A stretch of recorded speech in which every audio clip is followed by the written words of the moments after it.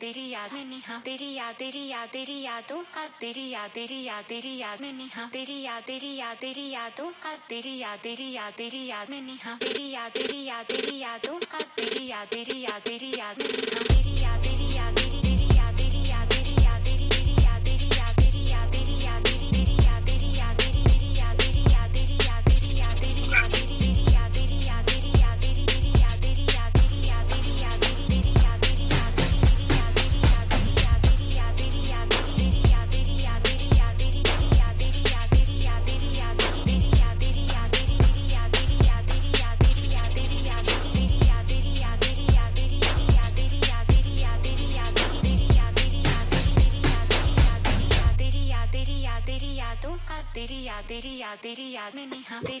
Oh shit! Yeah, my chair just broke a little bit, but we good. It gets the people Bruh, going. you over here. It gets the people going. You over here wilding, dog. Welcome Bruh, to the Hesi. Russ is getting his shit together. Yo. Backdrop, all this stuff's falling, the chair's falling apart. Hey, but it's a Wednesday night. We back in this thing, man. What's good with you, dog? Man, I'm chilling like a villain. You know what I'm saying? We got a lot of sports to talk about. You know, it's been a good sporting week. You know, I guess you could say that's past. I'm chilling. You know what I'm saying? I'm doing fine. Huh? It's been a good sporting week. Yeah, you know what I'm saying? Well, you know, of the obvious, we can get into both of my football teams, but other than the fact that other than the fact that OU and the Cowboys suck cock, like it's all uphill from now. I mean, they're both blowing a lot of dick right now. They're smoking some dick. Yeah, it's bad. They're that bad. It's bad. It's bad over here. It's bad over here to be a fan of these two teams. Hey, you know, I got the Mavs though, I guess. You got debris falling from the stadium, your chair breaking. I mean, it's just tough, dog. It's really falling apart, you know what I'm saying? But you know what I'm saying? Sometimes you just need to burn it all down for, you know, the phoenix to rise from the ashes. And just as we started, I don't even know if it's on the rundown, but Micah, don't you ever in your life tell bold-faced lie like that again, talking about we're a good team. No, we are not. I was worried about that. Like, I was like, you know how you can tell if your team is like good, like actually like people want to see it, or like it has some players on it. And this is all jokes aside, you can use them on Madden, or people want to use them on Madden. Bro. I don't even play Madden, but I can tell you that much, and I can tell you this much: when you see the Cowboys roster, you'd be like, "I'm good." Y'all don't even. I'm good. Y'all don't even deserve airtime right now, dog. It's that bad. It's man. I just don't even know. We gonna get it though, because when you talk to Cowboys, the people are gonna come either to piss on the grave or put flowers on it. We dead, so that's one or two things they're gonna do. But there is light at the end of the tunnel, and his name might be Travis Hunter. So there's Travis ain't the one that's gonna fix that. I didn't say he's gonna fix it. I just want to see a good player in the jersey to entertain me. At this point, when you're a fan of a team that's diabolically bad like this, because it's one thing when the team is bad, and it's because like bad shit is happening that's outside and just keeps happening. It's another thing when you're like us. Okay, let me ask you a question. You just make the wrong decisions all the time. Would you rather have Sheduer or Travis? What do I get to do? What do I get to do with Dak's contract? It don't matter. Well, listen. That does matter. That's a lot of money. You trade that. You trade him. You trade him. I know, but I'm still on the hook for like hundreds of millions of dollars. So, with that being said, I'm on again. Hey, Mafia, you got to say it like 3-6. Hey, you did. Hey, you know what I'm saying? I could be a fan of every team. That's why they call me the sports plug. I fucks with all the teams except for Jacksonville. Jacksonville is trash. You got to answer the question: Travis or Sheduer? I'm saying like you're asking the question. Okay. So what's my cap look like with this Dak situation? So tell me what I've done with Dak and everything. All right, so it's the offseason. Okay, you are the GM. Realistically, okay, you got do a better job. Well, obviously, so you got Dak Prescott on a massive contract that you need to get rid of. So you'll accumulate some dead cap just because you've already paid him bonus money. Okay, you got an inconsistent Trayvon Diggs. Okay, he already got paid, right? That's cool though. That's cool. Okay, so, and then you got CD. So I'm cool with everybody else because there's the thing about Trayvon, like inconsistent is true, but to the point of like he's one of those players that plays up to the levels of the players around him. So if you surround him with better players, he's gonna play better. So based off that logic, you're comfortable paying him top salary for a corner when he's not the tone setter. No, because he doesn't have to. Okay, so let me tell you this. My best, what I feel like, and I've said this before, I think you've heard me say this before during draft time. When I look at corners, when I look at all 22, or I look at all 22, but I look at the game like itself when they play. And the reason why is the best corners, and anybody, once I say this, those that have not heard me say it, please believe, you will be like, damn, this motherfucker right. Corners that do not have their name said during the game are the coldest niggas. The only time you should hear a corner's name is if he is intercepting a pass or has an incredible bat down. Other than that, you should be locking down that motherfucker over there so much that they don't even call your name because they're not throwing it. And if you go look at the best corners, people are not saying their name. Hey, it's a party. What's up, Book? You know what I'm saying? BJ, the big jambalaya. But back to, I had to give him an intro. But back to what I was saying though, like, what you call it? When you're a good corner, even Porter's son, Sauce Gardner, one that I'm gonna lay on y'all that's gonna be like, damn, Stingley from the Texans. You do not hear the announcer say his name, but because he's locking niggas up. Like you know when you hear a cornerback's name, when you getting toasted. Oh, we got one. You getting burned.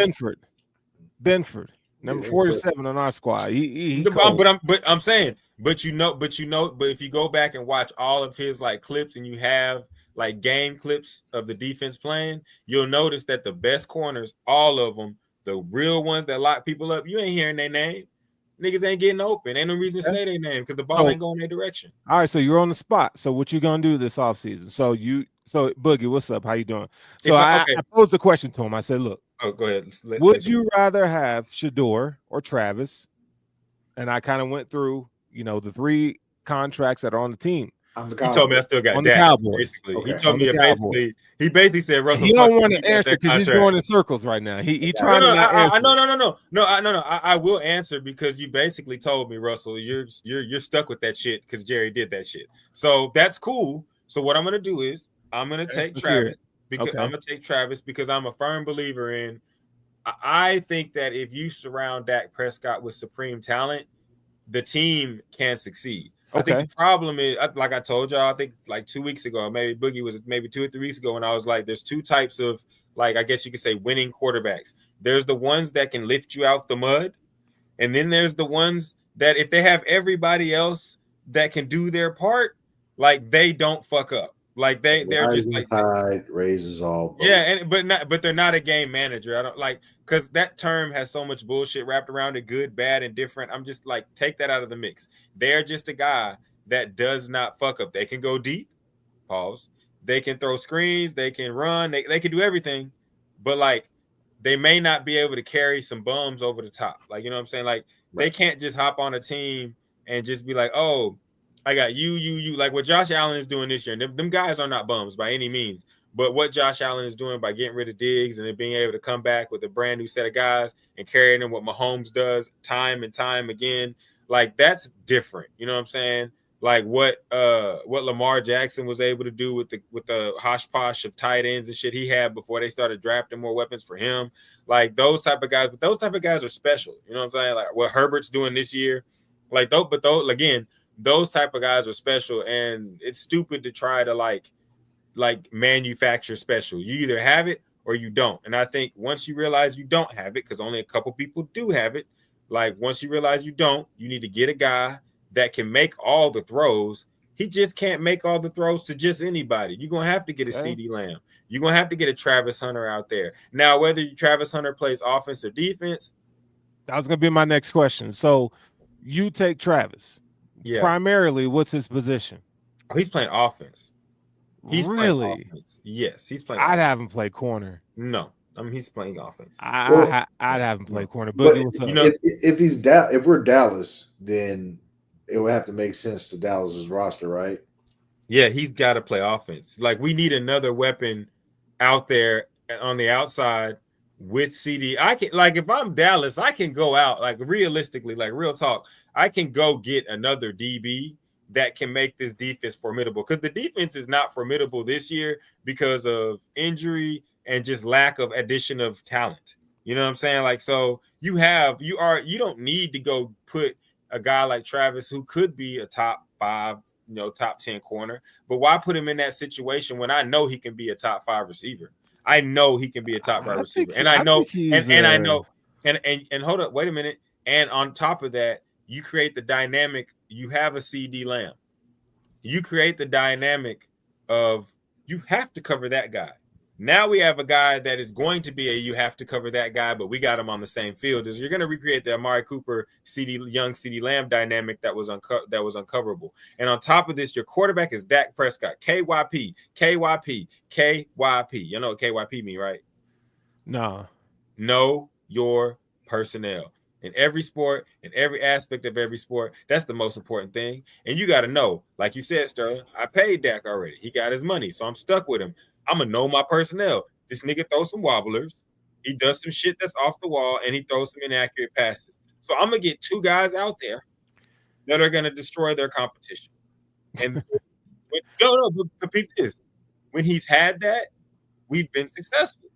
The team has won 12 games. Then you're getting to the point of, what are you going to do about the playoffs? And I've already paid him. So what are you going to do? I'm going to go out and I'm going to get another running back. I'm going to draft a running back this year. Like, I'm going to surround him with so much talent that, like, it's very hard for us to fail, because he's not going to be working off of carrying the team. He's going to be working off of, you know what I'm saying? Well, man, you'll take Travis over Ashton Jeanty? No, sorry. Yes. I would take Travis, but I put him at DB because I think he's a generational defensive back than he is wide receiver. Okay, so my question is that, are you guys just? I can't disagree with that, Sterling. Why can't he just play both ways? Pause. I now go ahead. Like, sparingly, not saying like as much usage as he's getting now in college, but yeah, I don't see why you couldn't. I mean, I want to get back to the Genty question though, but go ahead.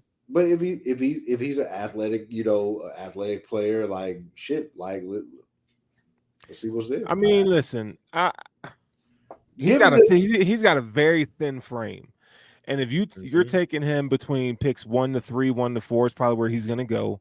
Like, I would think as a GM you want some kind of like safety, knowing that, like, I got a top 4-3 corner in the league when he develops, and you have him sparingly play like 5 to 10 snaps on offense, maybe. You know what I'm saying? And Deion did it back in the day too.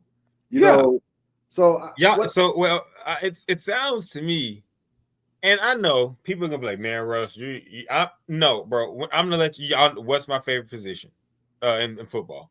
Receiver. On the field when you play football? Receiver. Yeah, we all know okay. this. I can tell you this, and what's Pickens doing now? Because it may have took a year because they didn't have a quarterback to throw to him. But I was telling y'all in the draft, when Pickens got your pick. When I see receivers, I'm telling y'all, Sterling, you are not wrong, because he is so cold. He is both. But it depends on the team. But he's got something that you can't teach. Yes, but if you are the Dallas Cowboys and you are in the position that you are in, and you have to pay Dak, we know, like, there's one thing in football I hate when people do, and that's knowing a problem and not fixing it. We know for a fact that Dak Prescott's problem is he cannot uplift the team over to a certain amount. You know what I'm saying? A certain place. But we do know that it is very possible, Jared Goff, to put so much talent around a guy, he can be cold, and the talent's just not going to allow him to fail if he don't fuck up. I think a lot of Dak's fuck-ups come because the people are trying to make him the hero. He's not the hero. He's not Thor. He's not Iron Man. He's the little raccoon nigga. Like, he gonna get you and he gonna have your back. You know what I'm saying? He's not gonna fuck up, but he gonna need the Avengers and the other Guardians of the Galaxy around him to make that shit work. Like, you know what I'm saying? Like, y'all, not y'all personally, but the people out there, y'all trying to make Dak the main superhero. He's not the main character, bro. He's not the main character. But I get it. But I mean, think about it. Travis is cold, but I do think that there's like some route running nuance and things. Can I finish though? Yeah, go ahead. because you want my whole plan. So since I'm gonna give you my whole plan, Yeah, Jerry, I would love this. No. So and we got to figure out the coach. I'll try and go purge Ben Johnson, me personally. Okay. And get a bunch of young weapons and let Ben Johnson. So first of all, you got to purge, which I don't think is impossible because I think Ben Johnson wants a big job that he can like go and try to make a team. And Dallas is, if someone asks you to be the coach of Dallas Cowboys, no one's gonna say no. Point blank period. What did he say? He said what you said. Oh yeah, the little raccoon. And no, he is though. Dak is the little raccoon nigga. Ratchet. What is his name? I don't know. Rocket. Yeah, him. But no, I think that you what you got to do is you get the weapons around Dak. You draft a running back. We know that you can get a super dope running back in rounds 2, 3, 4. I wouldn't really take it so far. We're 2 and 3, but you go get the weapons and surround Dak with the weapons. You take a guy like Travis and you say, yes, you have the defensive ability, but if we put you on the field with CD Lamb, it's not. This is the Cowboys like exclusively for the Cowboys. You know what I'm saying? Because if you put him at wide receiver on the field with CD Lamb, you have a choice to make.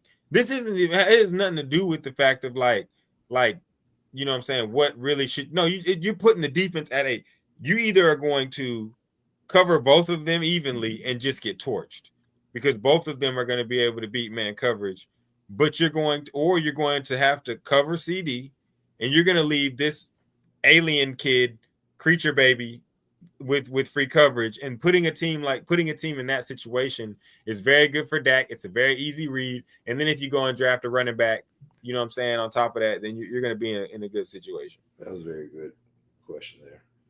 I didn't see it. So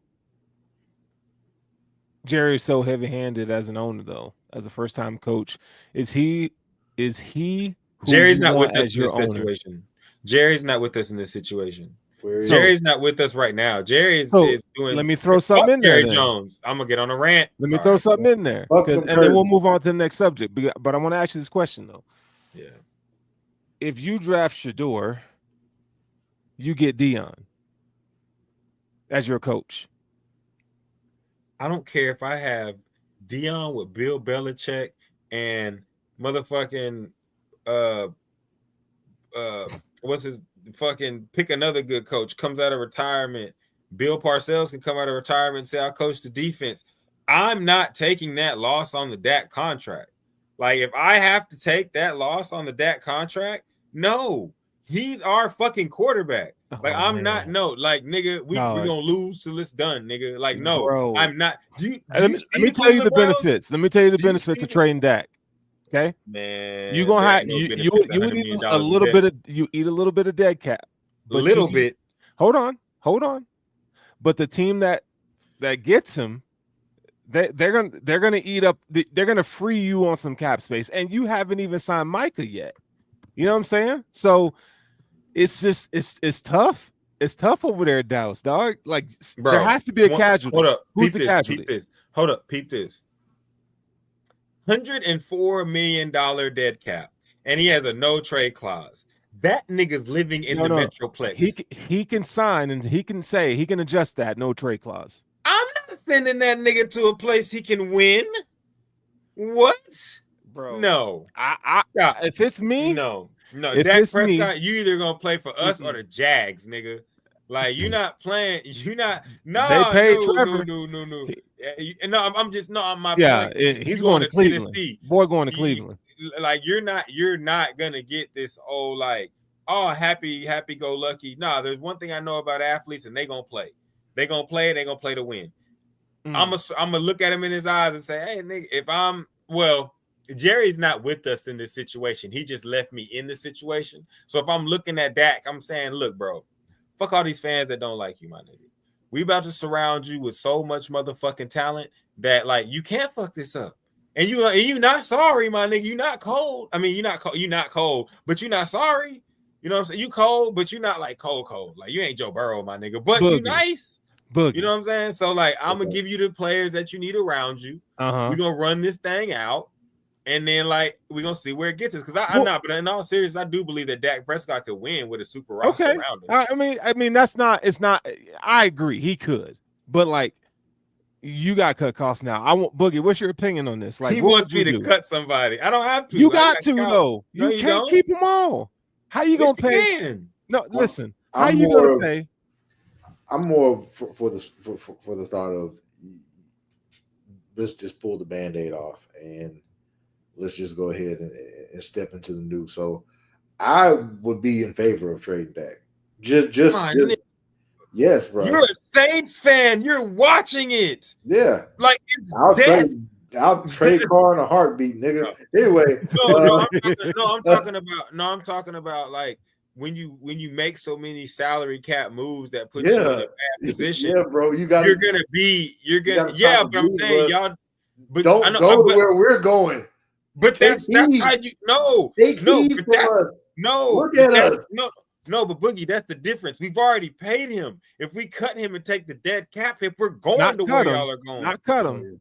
No, I'm saying we trade him and take the dead cap hit. You can take some of the hit. Like take it from a Saints fan. He knows about dead cap. Yeah. I know. It can be shared, all right? It can be shared with somebody. It can be shared. I mean, listen. I know, Russ. I know you love that. I know you love. I don't know. Let me just lay out the pros of having Deion in house. Can I just name the pros? Let's hear it.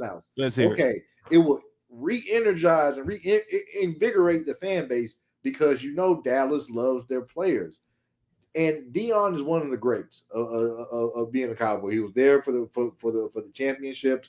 He's part of that golden age.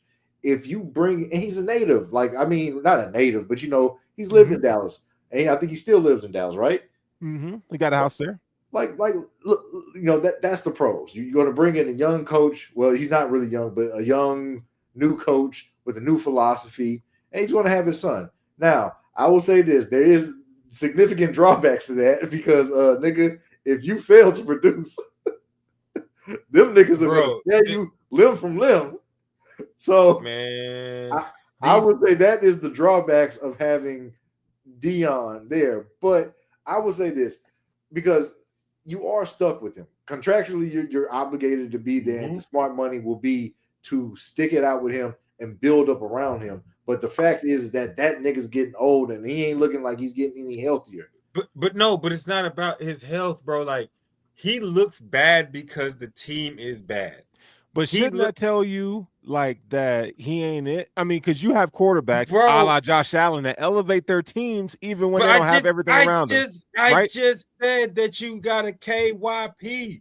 If you know the Tampa Bay Buccaneers. No, listen, the Tampa Bay Buccaneers, before they went and got Baker Mayfield, they fucking knew. We have all the talent around this motherfucker. Let's get a guy that can stretch the field, make the plays. He's not a manager, but he can manage a game, but make the big throws. And let's put him in a position with these players around him. Now, am I saying that the Tampa Bay Buccaneers are going to win a Super Bowl? No, I'm just using it as an example of what happens when you have a quarterback like that. He can win games. And he can do good things. Even in the playoffs, he can do big things. Now, let me add this here. Now, given the fact that his injury, he's getting a little bit more injury, he's getting a little bit more long in the tooth. Do you not think that it would be smarter to go and grab a running back to kind of, decrease his chances of dropping back and things like that? That's how I look at it. It's like, okay. Not first, no, Boogie. Not first. Well, no, And who? Okay, but no. Hold up. Put that back up. Because that's my whole point. Because the San Francisco 49ers know their fucking personnel. Who's his wide receivers? Who's his tight end? Look at their defense. Brock Purdy's in a position where they're just like, yo, you can make all the throws. You can throw it deep because I don't think game managers can really stretch the field and do dynamic things. So, like, these guys can do dynamic things, but you ain't got to do them all willy-nilly. It may call for you to do it every once in a while, and we'll be able to set up and prepare you for that. But, like, that is exactly what I'm talking about. Like, put Dak. The Cowboys get boosted because we have fans that talk too much and we have people that hate us. And people sit there and act like the players are better than they are. I am a realist. These niggas ain't like that, bro. Like they are not, bro. Like and like just because they wear a star don't mean that they just get a boost and play. Go ahead. All right.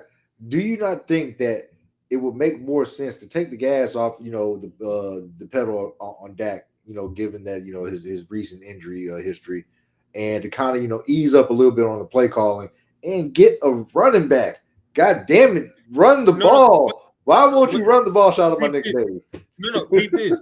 You are correct. Well, my point is there's going to be multiple running backs that you can draft. We do not need Genty if you have Travis Hunter available. You don't pick Genty over Travis Hunter. You don't do that. I'm sorry. That's just not a good decision to make in the draft. No. Genty's going to be cold. If we're talking about drafting Travis Hunter, you're going to be in the top 5 territory. So I wouldn't even. Yeah, you draft him. But now the second round pick, if you got a chance, there's going to be like Quinshon Judkins and guys like that. You're going to find a good guy to draft. Exactly. So I'm saying, like, I'm not saying don't. But again, Boogie, that speaks to my point. When you get to the draft, and let's get to the coaching point, Deion, love you. Love what you did to the city. Did for the city. Don't really, in my heart, I really don't think Deion wants to deal with Jerry. He know Jerry, he love Jerry, but he know Jerry. He don't want to fuck with that shit. Jerry. So hey, you know what? You know what? And when you say you want someone like a young, like someone experienced and correct, Ben Johnson is the guy you need to go off the Detroit Lions.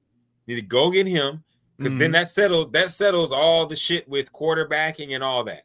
He's going to devise plays, because Jared Goff is another guy who's in that realm of quarterback that's not quite elite, where they can carry guys, like you said, Sterling. They're not going to Josh Allen carry guys. They're not going to Joe Burrow get guys up, but they're going to be able to take the team that they have, and if it's talented, they're not going to fuck it up. They're going to be able to hit the deep shots. They're going to be able to connect on the 3rd and 5s. They're going to be able to hand the ball off to a good running back and do all the things that they need to do. Pass to the tight end. You know what I'm saying? Kirk Cousins is in this realm. You surround Kirk Cousins with a lot of talent. There's just that second tier that people kind of skip. They automatically go down to the boo-boo. And they're like, nah. There's a second tier of these guys that can do some of the things that elite guys can do. They just can't carry their teammates up and make them better. So you surround them by good players, around them with good players. And I think that's what Dak needs. But you gotta go, Travis. Because can I tell you my position on it? If I'm Jerry, what I would do? I personally, I trade Dak in a heartbeat. If I got a quarterback that doesn't have elite traits, he gotta go. If I'm paying him that much money, he gotta go. I draft Sheduer and bring in Deion. In the second round, I'll go get me another running back. In the third round, I'll go get a wide receiver to help out, CeeDee Lamb. I'd franchise tag Micah to push that off to the next year, because you're gonna have that dead cap, and seeing whoever's a taker. But you should get a first round pick for Dak. You should get like a first and a third. That's not happening. I say you get a second. You get a second. I think you can get a first round pick for Dak. For argument purposes, let's just say second. Okay, for second. So you got 2 seconds. I think the Giants will give you a first round pick for Dak in a heartbeat. Yeah, considering what's going on. Yeah, Jets maybe too. The Jets would too. Jets might be a player as well. So if you're the owner, if you're the GM of these teams, and I come to you and say, I got this Dak Prescott, you're gonna give me a first round pick. Absolutely. Considering what I got, yeah, I would. I'll make a case for the Jets. Their roster's ready. All they need is a Dak Prescott. That roster's ready. You're gonna give me a first round pick. Yes, for Dak Prescott. He's worth a first round pick. Because in my mind, I'm making a deep playoff run, and that is nothing but a glorified second round pick. So that's how I'm looking at it, and I'm devaluing the pick in my mind. So that's how. So let me say that I think you guys are fucking insane. You don't think Dak is worth a first round pick? I don't. It's not. No. Okay, let me do this. Let me say this. I don't think you can get a first round pick for Dak. Nigga, do you see what Deshaun Watson got traded for? Man, he's not Deshaun Watson. I'm just saying. Are you serious? Trust my judgment on this. No, the Jets are fucking nuts, Russ. Are you serious? Like, what do you mean? Are you serious? No. I'm talking about comparing They're not the same player. I'm talking about contract and trade compensation. Yeah, no, they're not the same player. Deshaun Watson was second only to the light-skinned guard. No, Mahogany Mahomes. I don't know about that. The fuck? No. At the time, like when he was at his peak, the only quarterback that you would take over him at that time. Go look. No, man, bro, Aaron Rodgers. Are you kidding me? At that time, Russ, stop it. Stop the. That's Aaron Rodgers was getting old, nigga. No, stop. You're not gonna do that. You're not gonna. Deshaun Watson was nice, but he was not top 2 in the league, dog. He was not that cold. He was not that cold, bro. What?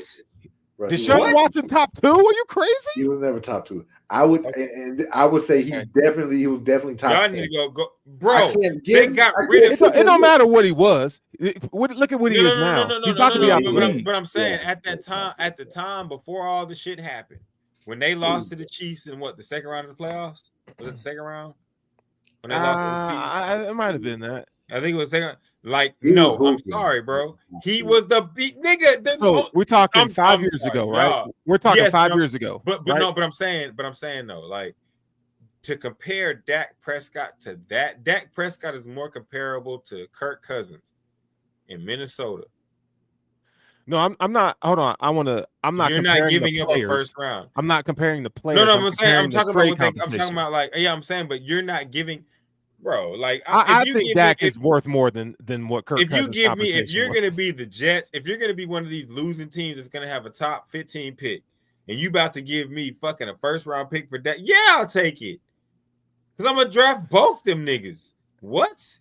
Like we're about to suck bad enough to get fucking Travis Hunter on our own. Now, if you're the Jets, y'all niggas blow cock. You're really about to have a top 5 pick. So if you're going to tell me, basically, you're asking me then, if you're asking me, Russell, would you trade, like, would you take the dead cap hit if you got 2 top 10 picks? Yeah. Because at that point, I'm drafting 2 guys that are going to be better than the fucking guy I traded, and I'm not going to have to pay for it for another 3-4 years. But that shit's a dream world. This is not Madden. That's not finna happen. No, I don't think you're giving it enough credence. Here's the benefits of doing that. Because let's say, you trade Dak for a first round draft pick, right? You're gonna have a year where you're just gonna have to eat all that. That's fine. But after that, you're free. And now you have a rookie quarterback that you can start putting pieces together. Now you can start adding pieces to that offense or to the defense or however you want to do it. And you got another first round pick. All I'm saying is it may be hard for a year, but after that, you're going to have so much cap relief. And now you can sign Micah to the contract that you want to sign him to. Sunshine, you see what I'm saying? Baby. It hurts. Thunderstorm, not rainbows, nigga. You know what it hurts. But you know what I'm saying, though. It's just, man, it just, for Cowboys fans, man, I couldn't be y'all right now. It's just okay. Tough. Do you know? Okay. Look. Okay, so y'all would agree that like quarterbacks are like we won't even go through the whole rigmarole of quarterbacks. The last person to get traded for a first round pick was because the Seahawks were some fucking idiots, and that was Jamal Adams, and he's a safety. And then before that, you had DeForest Buckner, who was traded. What are you saying? People don't trade unless you find a complete sucker. People ain't trading first round picks, is what I'm saying. Woody Johnson is a sucker. He's about to be ambassadoring. He's the ambassador. He's about to be ambassadoring. He's ambassador. Yeah, but I know you know what I'm talking about because that nigga got the hits. No, man, but Woody Johnson is an aggressive ass owner who's very impulsive, and those are the ones I think. You can squeeze. But y'all are right, but he's failed so much. Woody has failed. He's gonna keep failing. Like but he's not. He is, but he's not finna trade for. There are teams I think that you can finesse Dak Prescott. You can finesse a first round for Dak Prescott. Yeah, I think he has a more of a competitive market than you probably think. If you're able to get a first round pick and keep your pick, and trade Dak Prescott, my nigga, you found the pot of gold at the end of the rainbow. Go dance. You gotta pull that trigger. Like I don't think that's happening, bro. Because that but shit don't exist. What's sad is this: if you value Dak Prescott as a second, third round pick, etc., and you're paying him top quarterback market money, that's rough. No, it's not. But Sterling, it's the way that trades work, bro. Like it has nothing to do. I'm aware of how trades work. You are aware of it, so you could pop up today and be like, "Yeah, I'm gonna pay him top dollar," and then you say, "Oh, I gotta trade him." In the real world, these niggas ain't trading first. I got a third round for you. I got a fourth round for you. The Giants would trade you a first round pick for Dak today. No, they wouldn't because they suck and they're gonna draft a QB. They're probably gonna do that. Yes. Yes. Why the fuck would you draft a guy? I mean, trade for a guy with that massive contract when you suck already and you can draft a guy. But the Jets would. I think the Jets would. And like I said, if you can find a sucker, then you know what I'm saying. Didn't Aaron Rodgers get traded for a first round pick? The Jets did that for a first round pick. I'm pretty sure they did. Man, at some point, I'm just saying. I'm pretty sure they did. At some point, I'm not gonna bank on screwing the Jets over. You see, he don't like his quarterback, dog. I'm just saying. Like, I feel like we need to rename this show "Fixing the Cowboys" today. Russ is down bad, folks. This is not the Russ that we usually see it here. It's a struggle this year with the Cowboys. It's a struggle, dog. My nigga, they trash, bro. Like they Jerry suck, bro. Fucked you guys in so many ways this offseason, bro. No, he did, bro. He really did. First night in prison. You guys are in the hole big time. But I will say this though. There's ways to fix it. There's ways to fix it. It's just fixable. It's fixable. Like it's really fixable, but you don't have to trade Dak. He not. I'm telling you, surround him with supreme talent and let it play out. Look, peep this. We can all sit here and say, I have no faith in Dak Prescott winning the Super Bowl. Cool. But if you surround him with supreme, like we can all say that. But if you surround him with supreme talent, and the Cowboys actually get to an NFC championship and lose, get blown out, whatever, they make a couple runs in the next 4 or 5 years where they get past the second and third round of the playoffs, lose, get blown out. That's cool. That's cool. You paid the guy. He can't get to the big game. That's cool. It happens. The problem is you can't be getting your ass beat in the first round after winning 12 games, and you can't come out the next year and bust your hamstring and be losing every game. Be respectable. This is Texas. We love football. We want respectable football. I get that. That's you know what I'm saying? Like, I think a lot of people are like, Super Bowl. No, the realistic Cowboy fans know. My nigga, going to Super Bowl every year is not a possibility. That's for them niggas that's making barbecues and drinking almost that's them getting canceled.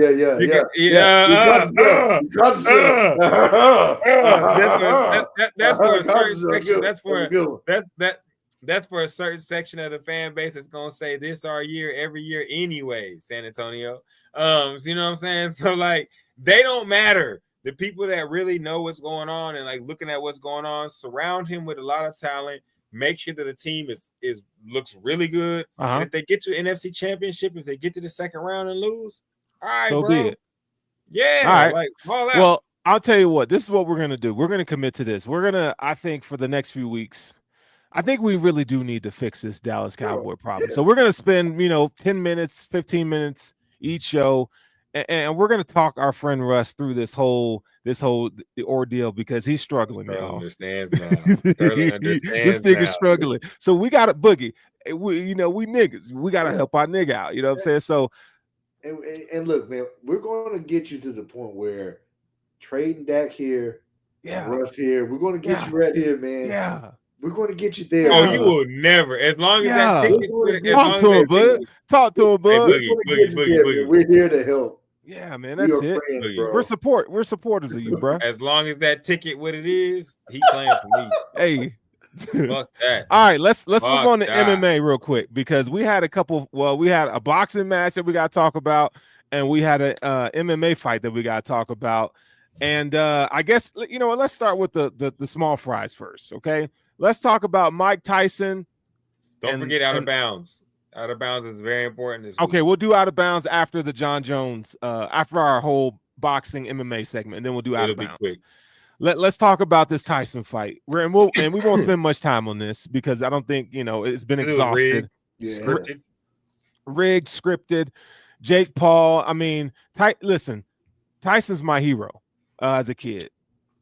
Tyson, if he really wanted to, could have knocked that boy out real quick. Let's be honest. Like, look at the training videos. The training videos and what you saw in the ring, like Tyson forgot how to fight. Come on, man. That's y'all. I hope y'all know out there that fight was rigged. It was rigged. So I'm gonna say I'll say scripted. Scripted because for sure. Because script sounds like both people were trying. It was scripted.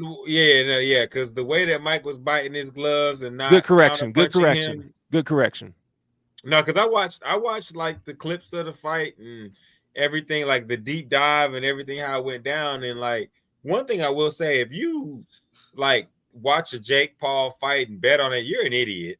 Number one, if you bet against him, you're fucking stupid. These are and how he's been able to get these to be legally like bet on is miraculous to me, because his fights are clearly set up for him. It's WWE in the boxing ring.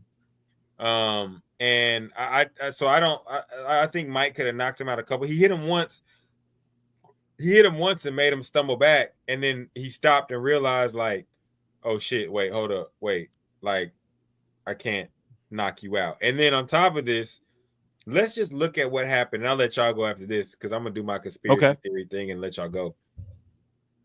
We could tell going up to the fight. So the fight's going, you saw the training film, everything like that. Mike gets up to the podium. Well, Jake Paul gets up to the podium. Mike slaps him. Ooh. Jake bets a bunch of people $1 million he's going to win the fight. Jake tells Mike he bets him he won't get past round like 3. Like $5 million, which is like $500 to Jake Paul. $5,000 to Jake Paul. It ain't shit to that nigga.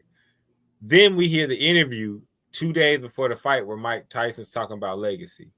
Don't give a fuck about it. Like they set it up. You knew it was gonna happen. Yeah. Like this was all set up to be Jake Paul beating Mike Tyson. Jake Paul's thanking him. Thank you, Mike. When you watch the fight, Mike Tyson's holding back punches. So like I just think the whole thing was just like like if you really thought they was gonna fight, like I'm gonna say this. Like I'm gonna say this. And pretty much to say what Daryl is saying, yeah, Jake Paul does usually have clauses in his contracts to, you know, whether it be hydration, your purse shrinks, whether you knock them out, or, you know, the longer the rounds go, the bigger the purse. And, you know, and it is what it is. You know, he has these clauses in his favor, but I'm going to say this personally. I'm not even mad at Jake Paul. I'm not, you know, I actually tip my hat to him. Maybe, you know, I will say this, and I'm going to keep this very short and sweet. Pretty much the last Jake Paul fight I watched was the Tyron Woodley fight, because to me that was probably the more realistic out of all these, you know, fights that he's put out. And once he did what he did to Woodley, and then he got Ben Askren, I was like, okay, this stinks. This don't even smell right. You got a guy that can barely punch, getting into a boxing match. And, you know, and he knows that people want to see him get starched.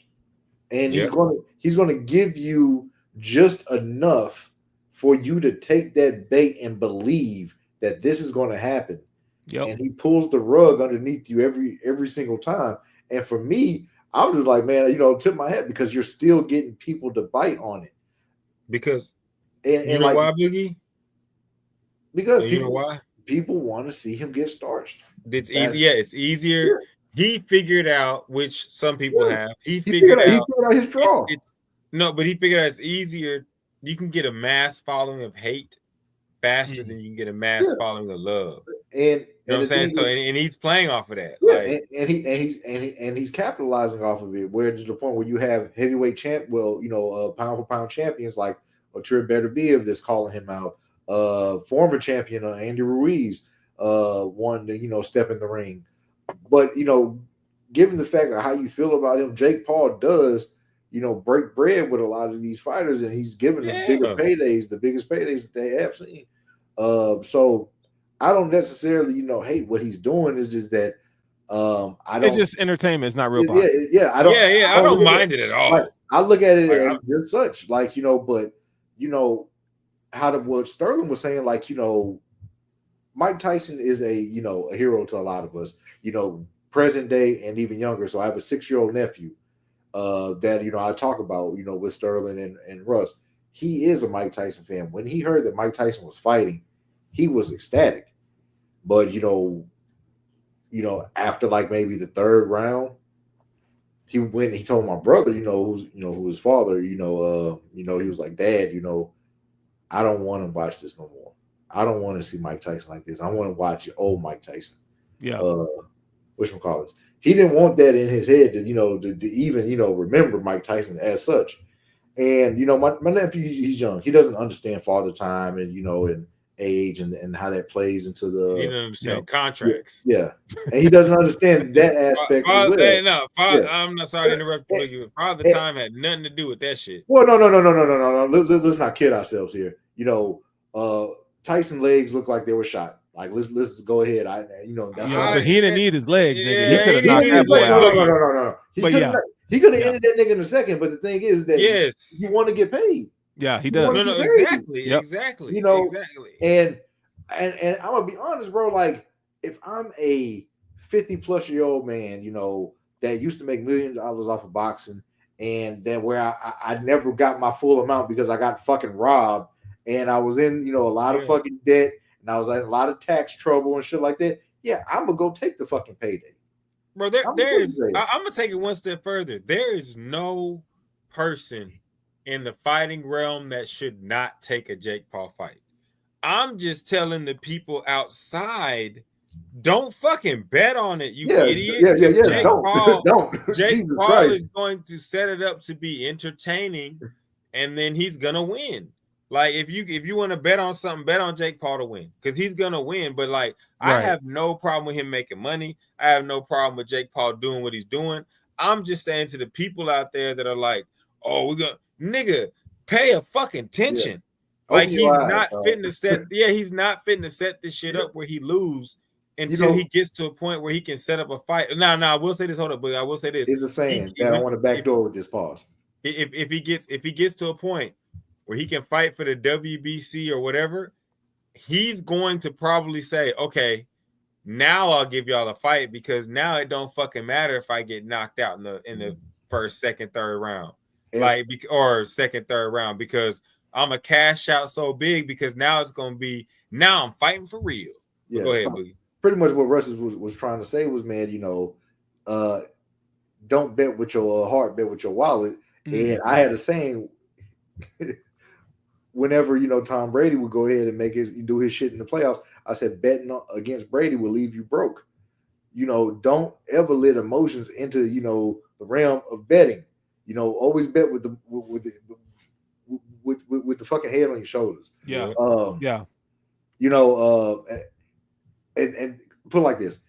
While we're on the subject of boxing, and Russ can attest to this, if you stayed in like San Antonio or any one of these, predominantly Hispanic places, and Floyd Mayweather fought any Hispanic person, Oscar De La Hoya, whoever, all you had to do was bet against or bet with Floyd, and you were going to make a ton of money because they bet with their heart. They bet with their heart out there, man. Yep. Yeah. And I remember. I will say that Adrian Broner fight they won though. The Adrian Broner fight they bet with their heart and they won because that nigga got his ass whooped, boy. You got to what, Russ? KYP. You got to know your first. All right, so let's segue to John Jones, man. Knocking out Stipe. Can I get a he's the GOAT, bro. He is the GOAT. So I'm gonna say this. this should further cement the talk that Stipe is the greatest heavyweight of all time. I never bought that because he was tough and he never ducked a fight.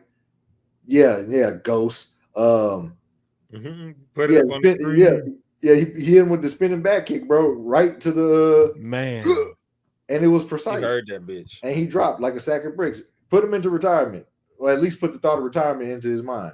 He's out. Nah, Stipe done. Stipe done. And he's cool though. He's great. So he's cool. And I thought that going into the fight that it was going to be a typical John submission.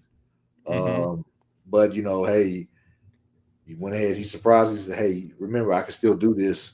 You know what, Boogie? But I don't think. I think again, KYP or KYO in this place. You know what I'm saying? Know your opponent. I think John Jones knew like Stipe is gonna fight really hard not to get submitted. Yeah, I'm just gonna beat him up. Like I'm just gonna, do what I do.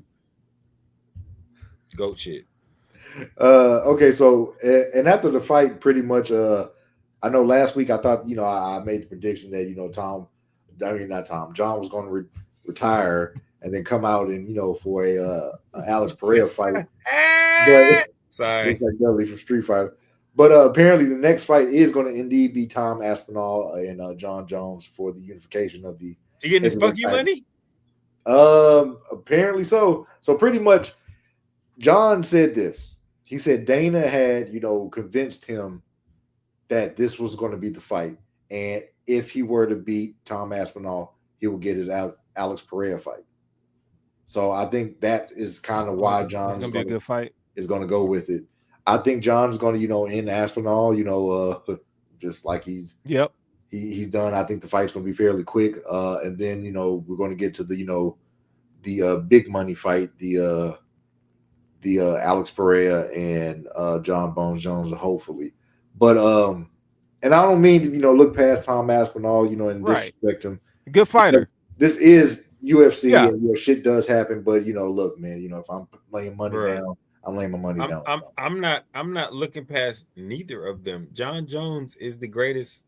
Yeah. Like to sit here and say that he's the greatest fighter, and we all had a chance to watch my boy.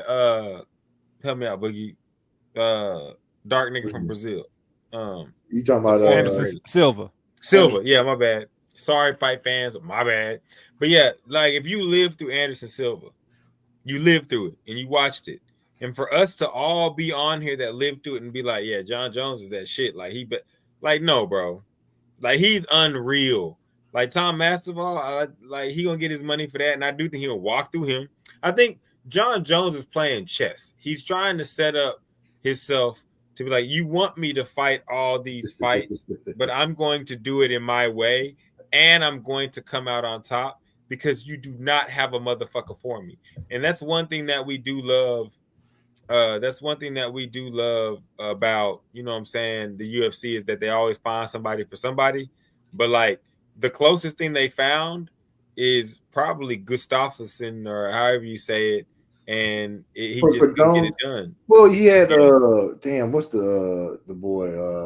Man, that nigga Goose Dominic. Damn it! Fuck. If I'm not mistaken, Hispanic dude that almost beat John Jones. He was a football player in California. I'm fucking drawing a blank. Dominic Reyes. Thank you, Hurricane. Dominic Reyes. That was another close one that a lot of people contested. John Jones lost, but ultimately got the decision. He's unfuckwittable at this point. I think here and now, it inspired John Jones because that's whenever he was he was like he was already beating everybody in the light heavyweight division. So it was like he was coked out, smoked out. I didn't want to say it's a party. And then a blow. Hey, that nigga was in that bitch. I was going 3-6 on that. Hey, John Jones in that bitch getting high and whooping niggas' ass. So, go stop hating. Man, yeah, go spin in here talking some shit. Bro, because he thinks that what you call it, that GSP is the greatest motherfucker ever. I think John Jones. How can you not say that he's not the best UFC fighter ever? He's the best heavyweight. That's for goddamn sure. Yeah, it's not Stipe anymore. Stipe, if Stipe was the GOAT, the heavyweight GOAT, there was only the heavyweight GOAT of the UFC. All right, and that's my opinion. But not anymore. It's John Jones. Thank you, Hurricane. John Jones beat John Jones. All right, John Jones and cocaine beat John Jones. I was to add that. That white girl. Yeah, John Jones and cocaine beat John Jones. Powdered milk. I'm not, hating on GSP. Either way, the milk gonna get a nigga. The powdered but I'm milk, American, goddamn it. All right. My president is black and my Lambo's blue, nigga. So, Jeezy, baby. White, nigga. He was white. Jeezy. So nigga, you know what I'm saying? So I'm a rock with the Americans here. When he hit the Trump dance at the end too. Hey, that shit was hilarious. Can I get a hell? All right. So let's do out of bounds, and then we'll we got a little bit of time left in the show, and we'll wrap up after the out of bounds. All right. Yeah, after the out of bounds is gonna be quick, and we can party and bullshit afterwards. So let me go and get y'all this picture real quick because I work so hard and I'm just lying. It's just a picture from the gram or whatever. So Sterling, I don't know if you can fix that real quick. Out of bounds, y'all already know. Every once in a while, every week, I do hit y'all with a story from the land of sports that's just fucking crazy, or just like someone went over the top. And then this one, there's a couple rules that you need to follow as friends, as players. You try your best not to fuck family members, or at least not holler at them. You know what I'm saying? One thing you don't want to do is try to fuck the coach's daughter, dog. Like this is top 3 things that you don't want to do is try to fuck your coach's daughter. You know what I'm saying? Like, if Keanu Coat, K-O-H-T. What's that, Sterling? Is that Coat or Cot? Coat. He was trying to give it that cop. So basically what happened was Kalen DeBoer, the head coach of Alabama, has an older daughter who's, of age to get around if she want to get around. And he has a player on his team, 5-star linebacker, 5-star linebacker, Keanu Cott. And he basically went in them DMs and shot a shot. But the way he shot his shot, was very mannish-like, and he just basically went in there and asked her, "Yo, you want this horse?" Then he sent I don't blame him. I get it. Like, you can't send the cock. You can't send the cock. Now he's not the process, but I'm gonna steal the line. He's okay. Now all right. So let me get Sterling. He is perfectly okay if he tries to holler at he's not. Like this. Okay. First of all, if you must break rules. Like you if you're gonna holler at the coach's daughter, one thing, you do not hit her up and ask her if she want this horse. Okay, hold on. Secondly, you don't follow before you get an answer. You don't follow with a horse cock photo. Okay. Like. Okay, but let me play devil's advocate here. Let me play devil's advocate. First of all, my man's a 5-star recruit at Alabama. You mean to tell me that's the milk that you picked? Hey, look at it. Wait a minute. Look at DeBoer. Like he looked Wait a minute. Bro, Sterling. Sterling. No. Some niggas, wait a minute. Some niggas play chess and some niggas play checkers. Now you can look good jumping the king and king men. Hold up. You can look good. Hold up. Wait a minute. This is not a diss to checkers. Hold up. Wait a minute. It's not a diss to checkers. Because if you're out there going hard in checkers, you going hard and we're going to respect it. But some niggas play chess. Now, if you're out there trying to horseman the coach of Alabama, you trying to get somewhere in life. It's a business like move. Yes. Old boy has come to, but listen though, old boy has come to some realization in his life. That's lurching with a purpose. He's either admitting that he has no future in football, okay, or old girl was probably throwing some subtle shots at my guy now. Okay, so it's Alabama. It's Alabama. It's Alabama. It's like the teen of life. Slavery was in Alabama. Hey, man, that's a whole thing down there. It's a whole thing. Who be the father of this chocolatey baby? Hey, 5 stars. So he a 5-star nigga. So probably, you know what I'm saying? She probably was. You know what I'm saying? And let me say this. And Sterling, hold up. But when a great American poet by the name of Aubrey Graham said this one time, get you somebody that can do both. It ain't gotta be bad at football. He might have said shit. Hey, man. I'm gonna go number 1, and we gonna be able to. You mean to tell me this young man couldn't find him a Miss Tui on campus? Man, he wanted a Leanne Tui, a little cougar that he could mess with, bro. You messing that's not milk. That's oatmeal, bro. That girl. Okay, first of all, Sterling. First of all, yes, sir. You're separating the kind of milk that real regular ass niggas be getting in these streets to what these athletes be getting. Do we remember what Russell Wilson's chick looked like? Dog, she looked like no. Hey, hey, I will say this. Stay tuned. I'm gonna put it up. Stay tuned. Keep going. Hey, niggas in college milk be different. They don't be going for the supreme, the best of the best. They sometimes they you know what I'm saying? They get the shit in the sour carton. Like Sterling, you speaking of supreme, like niggas that's out there lurching the milk. They already know the pitfalls of the milk. They know the milk goes bad. They know it does. So they go and find that good pasteurized. No, dog. Listen, bro, you at Alabama, where the gravy's thick. Okay, that gravy's nice. I'm from down there. Y'all already know. Like that ain't the best he could do. So he's admitting, I ain't got no future in football. No, he's not. Okay, I'll say this. I'm not gonna say too much. Damn, it's gonna make. I know this has nothing to do with me. Say it with your own chest now. This has nothing to do with me, but I will tell you. Sometimes it's about the conquest. Sometimes it has nothing to do with how bad that bitch is. It's just I fucked her. Sometimes that nigga wanted to go into the locker room and be like, I fucked the coach's daughter. I did it, niggas. Like it was. He didn't give a fuck about nothing else. It was a notch. Like his nigga has played football his whole life, and one of the notches on his belt he probably wanted to have was if I ever find a coach with a daughter that's my age that I can get at, I'm gonna do it.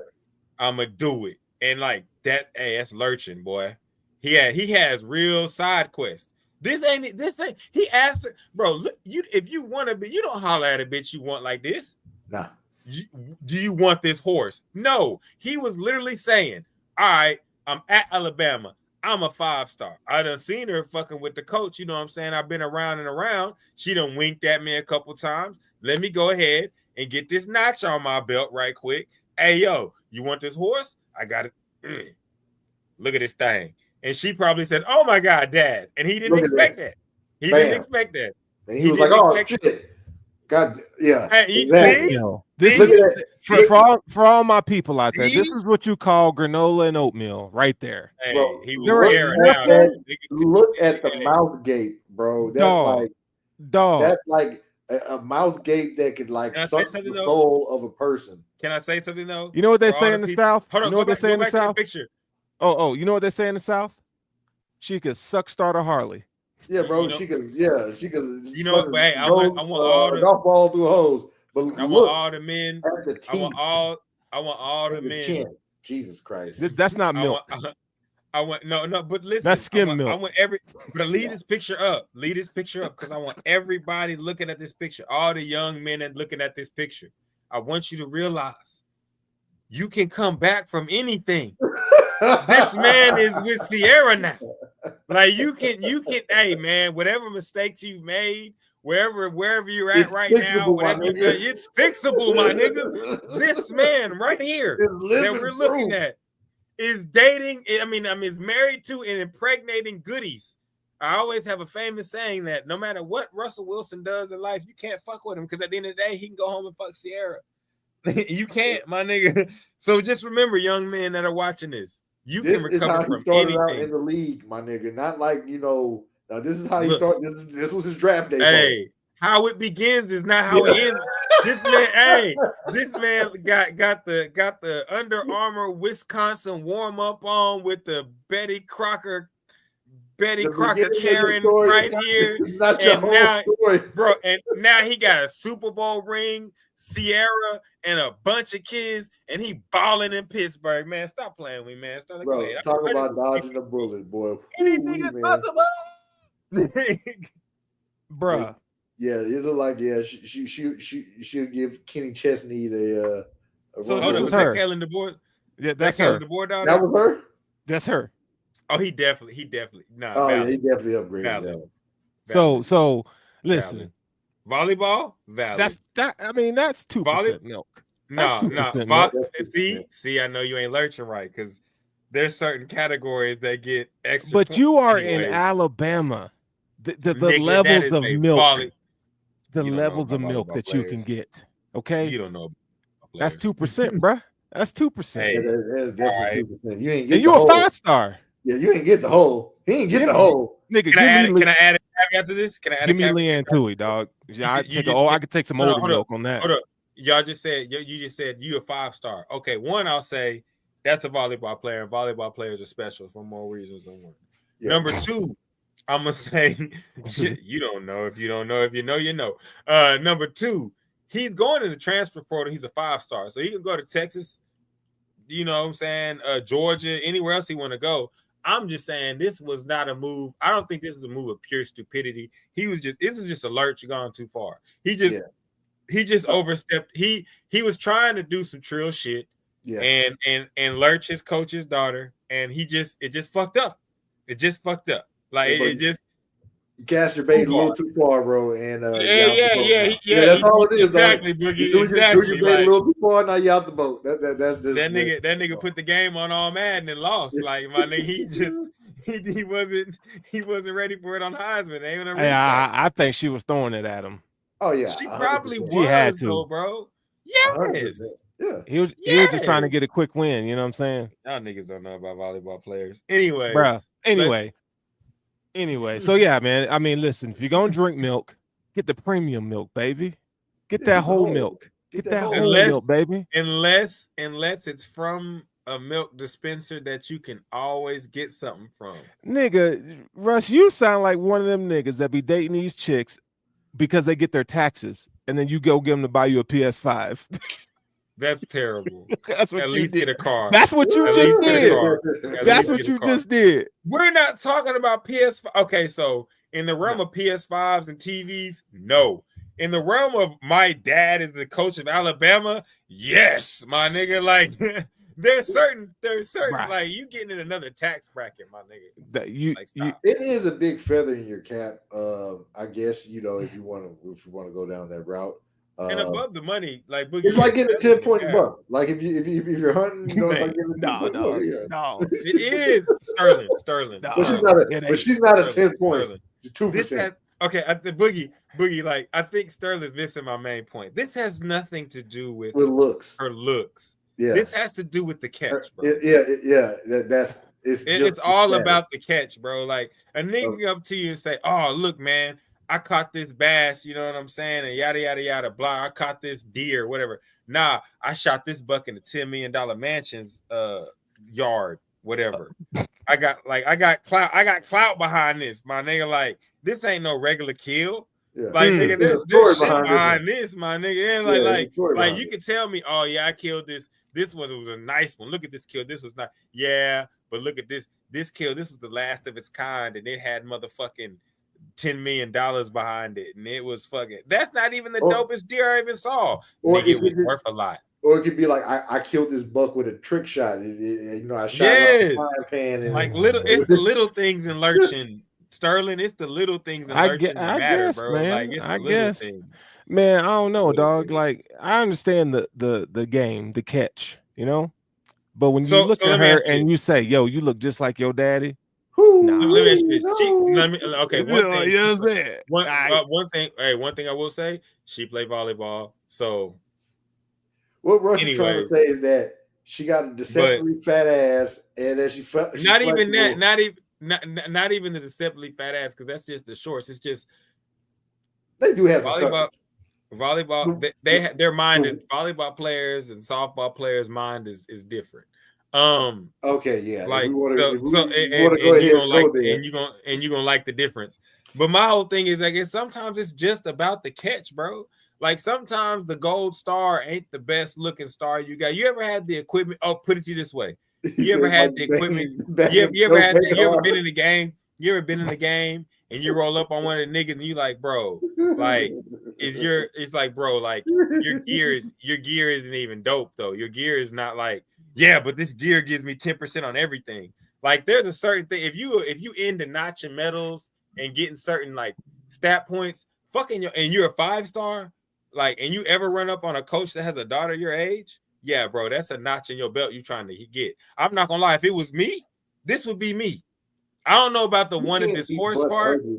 I don't know about this one of this horse. It doesn't matter. Like if I was a 5-star recruit and I had the opportunity to bang my coach's daughter, I'm doing it. Nah, man. If she look like a balled up fist, nigga, you gotta look at fish fuck swimming. that. Yeah, bro. Keep swimming, dog. Oh man, that is nice. I'm a 5-star. Like literally, when I sit there and we talk about everything you've done in football, I've done everything. I fuck my coach. Yeah. Boy. Like, hey, man. But he gonna be playing for Texas or somebody next year. He might be playing for McNeese State. We'll have you, boy. 5-star, baby. Y'all seen that transfer portal? That man is going to LSU, OU, Texas, Florida, whoever got the money. He going to get it. Give me Leanne Tui. If he gonna do it that far, just give me one of them experienced ones. Man, y'all, I just realized why I had daughters. But go ahead. I'm a terrible person. I'm a terrible person. I'm glad you realize that, Russ. I'm glad you know that now. Man, well, wow, we covered a lot tonight. You just never know what you're gonna get right here on the Hesi podcast, man. Take it from Russ. Get in where you fit in. You know what I'm saying? And if you don't fit in, fit it in. No nitty. Hey, this has been it for the Hesi podcast. And before we get up out of here, I just want to say Josh Allen's the best quarterback in the league right now. And I don't care what none of y'all say. The Chiefs are 9-1, baby. The Bills came for that ass. Yeah, no diddy. Bills Mafia. Saying like 3-6. And we up out of here. Peace.